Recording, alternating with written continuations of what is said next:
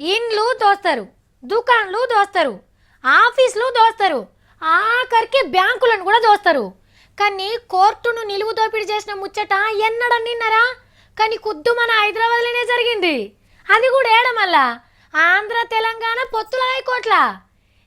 కోర్టులు ఏముంటాయి Savitri, order order అని కొట్టే సుత్తే నల్లబట్ట కట్టుకున్న నాయదేవత బొమ్మ, ఫ్యాన్లు బోన్లు కుర్చీలు గివే ఉంటాయి అని అనుకుంటున్నారులే. కరెక్టే, కానీ ఇంతకన్నా నిల్వగల వస్తువులు పోయినాయట. అవి ఏంటి అంటే వార్తలు చూడండి. పుస్తకాలు ఎత్తుకపోయిండ్రులా. దొడ్డు ఒయ్యిలు 150 దాకా మాయం చేసిండ్రట. మరి వీటిని దోషిందెవలో కాదు, ఓ వకీల్ సాబు. పేరు వేణుగోపాలుడు. ఆ వేణుగోపాలుడు వెన్నె దొంగ, ఈయన ఒయ్యిల దొంగ. చెట్టు కింద ప్లీడర్ లెక్కుండుకుంటా జస్టిస్ చౌదరి అంత ఎత్తుకెదగలననే తపన పట్టుదలతోని ఒయ్యిలు ఎత్తుకపోయిండు.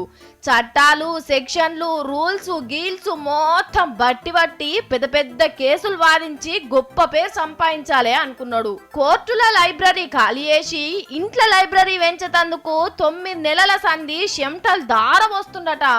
ఈ ఆత్రంలా పుస్తకాలు దొంగతనం చేసేటప్పుడు సీక్రెట్ కెమెరాల వాడతామనే లాజిక్ పాయింట్ మర్చిపోయి పోలీసులకు దొరికి తీన్మార్లకు వచ్చిండు. లాయరు దొంగ అని అంటుండ్రు గాని ఆయన ఏమన్నా పైసలు దోషిండా, బంగారం దోషిండా? చేస్తున్న వృత్తి పట్ల గౌరవం, అంకిత భావం, లోతులకు వెళ్ళి తెలుసుకోవాలనే పట్టుదలను మెచ్చుకోవాలి.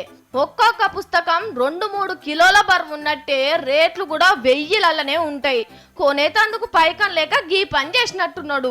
సెల్ఫ్ నిండా బుక్కులుంటే పెద్ద లాయర్ అని ఎక్కువ కేసులు వస్తాయి అనుకున్నాడో, లేకుంటే నిజంగానే చదువుకుంటందుకు తెచ్చుకున్నాడో తెలియదు గాని చేస్తున్న వృత్తి పట్ల గౌరవం, అంకిత భావం, విషయాన్ని శోధించి సాధించాలనే పట్టుదలనైతే మెచ్చుకోవాల్సిందే. కేసులు గీసులు ఏం పెడతారు గాని ముందుగాల గిసోంటోళ్ళ కోసం ఇంకో 4 లైబ్రరీలు పెట్టుండ్రి సార్లు.